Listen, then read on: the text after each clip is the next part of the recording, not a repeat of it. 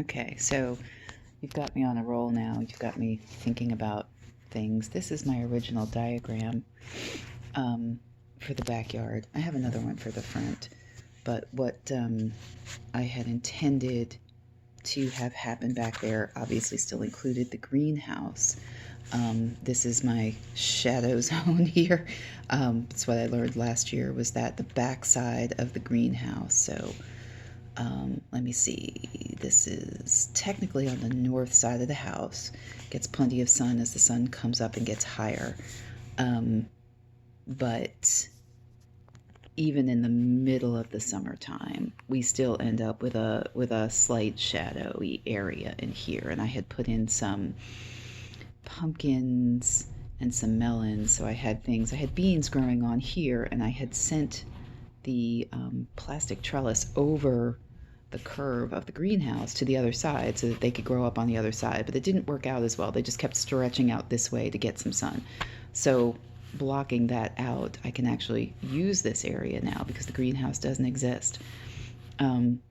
This area here, I don't know, I just put in little curves because that was my intention for the arch, right? So you can see I have my marks here for melon and, oh, for right, cucumbers. And then I was still going to have stuff on this side of the greenhouse. The peas need a place to climb also. So again, this will have to kind of alter itself. But lots of, this is an expanded garden area for sure. This is bigger than it was last year. We've moved forward, we've moved this way. And I have the intentions of stretching back here as well. I would like to go pick up some raspberry canes this year. April is here, so it's a time for me to go and get those. And what I've done is I'm thinking about some of the things that I've purchased to intermingle. So here's my squash, beans, and corn, right? You know, my three sisters go back here. But in certain areas, you'll see I have marked for flowers. So like here where the berries are, I intend to put in some delphiniums. This is my little marker for my hollyhocks because I didn't know where else to put them. There'll probably be some up in the front area. These are also additional amaranth, which are noted back here. I think all of my blue stars are borage. Is that right? Yes. So I have a whole row here where it's just flowers, hyssop and borage and zinnias, to again attract pollinators, to bring them in to help us out. So yeah, I mean, I had a lot of plans, and I did purchase a bunch of seeds. I have a lot of stuff in here. I have it all organized. Oh, yeah. These are probably my earlies. This is stuff I have to start to get in now. Yeah. Daikons. Regular Obergris, radishes, leeks. Leeks have to go now. Some of these early spring flowers, so the delphiniums can probably get worked in. These are going up front, so I'll show you. Emily's been doing a lot of baking lately, so I wanted poppies because they're pretty, but these are actually the bread seed ones that we can harvest together and she can use in her baking, so I'm super excited about those. And just something nice and fresh and green. This is an annual, which I don't generally do unless it's for food, but these just have been attracting my attention for years, and I can hardly wait to put them in. And these are mostly not for the back garden, those are mostly for the front garden. So Rob and bok choy and kale, and I don't think I purchased these cardoons, which is like an easier artichoke to grow, and I'll have to replace some things. So like I outlined on that video yesterday, I lost my cabbage starts. Those, I did not repurchase new cabbage this year because I put in what I had from last year, but those are gone. So I'll probably, when I'm picking up other materials at like Lowe's or at the local place, I'll end up grabbing some more cabbage because you can always use those. This might be the same problem for the Swiss chard, actually. So But then I have, you know, other new things. I'm always looking to try a few things. Like I've got some radishes planted in between here. Let's just see what happens. Throw the beets back there. Cool. Let's see what happens. I need some new lettuce. Oh, rainbow cauliflower. I forgot about those. What are those? More herbs. What's here? Oh, lavender. That's going up front.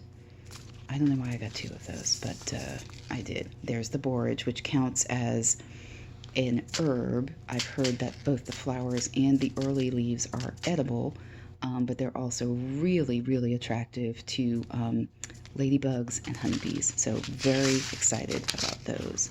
Chamomile, yeah, these are all going up front. Hollyhocks, which will go up front and in the back as well. Creme de cassis, so this is like super dark purple in the middle with a little bit, super dark purple on the edges with a cream colored middle. Marigolds, which also not only attract pollinators, but are, like deer don't like them. They keep other bad things away, which is nice. Nasturtiums, I'm gonna try these again. Everybody says nasturtiums.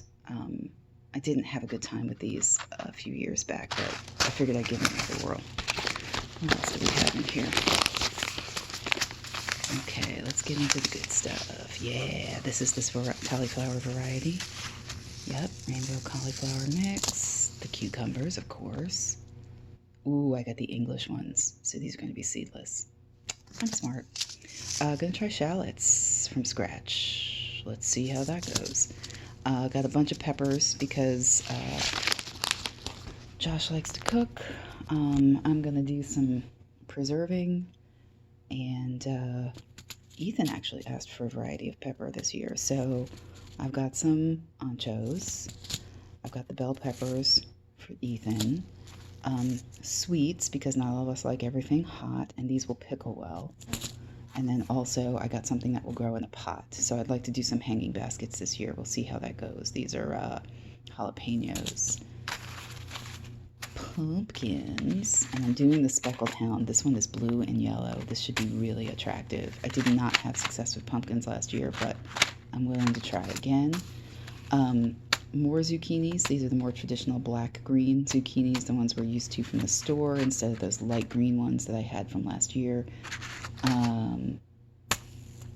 The amaranth, which evidently also can be eaten, but grows very tall, so it's a nice sort of feature, and I'll probably put some of these up front as well as in the back. You can see I have them planned in here with the corn, beans, and squash, right?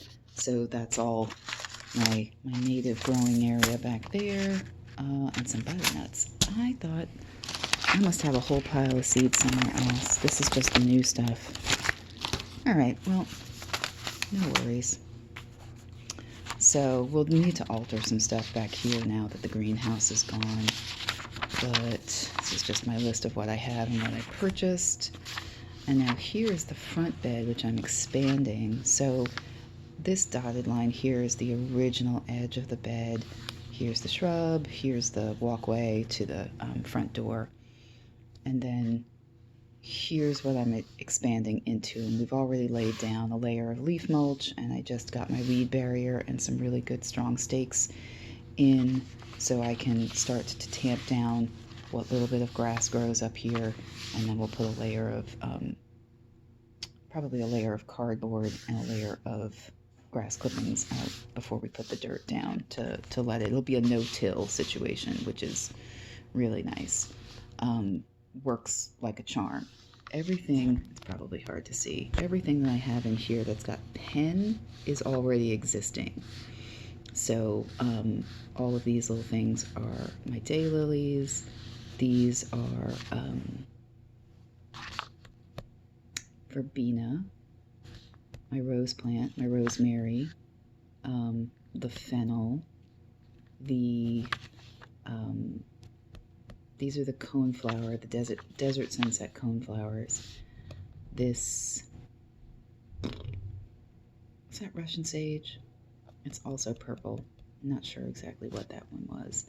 But so I tried to mark out, here's the chives, here's the thyme, So I'm just trying to mark out where it was I had all the original things, and then everything that doesn't have a pen mark underneath it is going to be new. So like all of my varieties of tomatoes from last year that I still have seeds for, those are going to get lots of space in here, and I'll press them right up against the bell peppers and press them right up against the basil. Keep all of those things in the same place. I'm working on some chilies back here because, all of the nightshades in that area.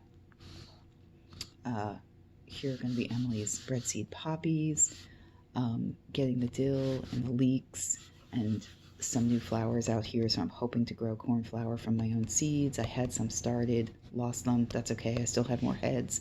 I can work on that. And integrating some of these new herbs like the chamomile and the dill. Got the borage in there for plenty of coverage. I think this is the mint patch back here. I think that's what I meant with these squiggles. I didn't write it down, but that seems to be where everything is sort of lurking. It is getting a little out of hand, but I don't care. The more mint, the better. I did have some wild seeds, and I lost these, so I'm pretty upset, but I found trumpet vine growing downtown and collected a couple of seed pods. It actually had managed to get a couple of plants to sprout, and then so gonna try again. Not out of the loop on that. Oh, these are morning glories. Yep, the morning glories, and I actually don't think I drew it in here, but my intention is to put the wisteria in over here, and as those get bigger, the morning glory will grow up the wisteria instead of the trellis. But I'm going to put a trellis in here to kind of get things to grow up along the house. The house is, pretty gray and beige, and it's very, it's very calm. So it could use some nice color, and I'd like to have some stuff creep up the house if I can. I also do have some sunflowers from last year, so I'm going to put those in as well. And we'll just see how it goes. These are the plans. We'll see if they actually work out. But yeah, it's about time to get down. Freeze is over. And go outside and see what survived. And we can probably start getting serious here in the next week or so. Should be fun.